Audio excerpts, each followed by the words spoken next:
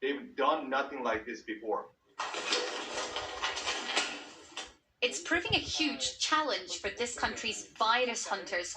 Usually, they can trace over 1,000 people an hour using mobile technology. 지금 바로 집으로 복귀해 주세요. But hundreds are refusing to go into quarantine. As cases increase, Seoul's usually neon-lit social life has been forced to fall silent.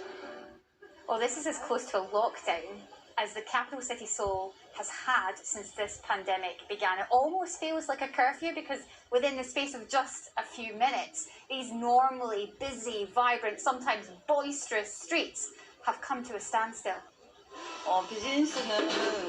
Business is down by 90%.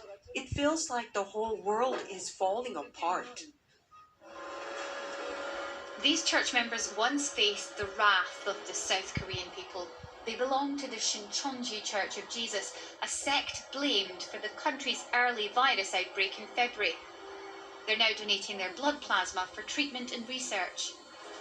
As one religious group seeks redemption, another remains defiant, threatening this country's well-publicised success in fighting the pandemic.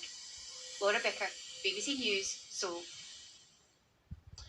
Now, a rescue operation is underway in Lebanon in search of a possible survivor from the port blast in Beirut, which devastated the city a month ago. Our international correspondent, Orla Guerin, is there with the latest tonight. Well, what we had today was a flicker of hope. Now, that came from a Chilean team of experts. They were passing by here last night with their dog, the sniffer dog, and he gave an indication of what they thought was possibly human remains in the building. They came back here today, they began searching from early morning. We were watching that search through the day. Several times they held up their hands and asked for complete quiet, asked for everyone to turn off their cell phones so that they could use very sensitive scanning equipment that they had managed to get deep into the rubble. Now, they told us that scanner had indicated the presence of breath sounds, and we could actually hear beeping coming from that machine. And there was a sense of people here daring to hope that even after all of this time, a survivor might be found. Tonight, the search has been halted. The Chilean team are worried that the building is insecure, and there has been anger and frustration on the streets here. Local people even climbing on top of the rubble themselves, saying that they would try and find any survivors with their bare hands, a real sign of the anguish here.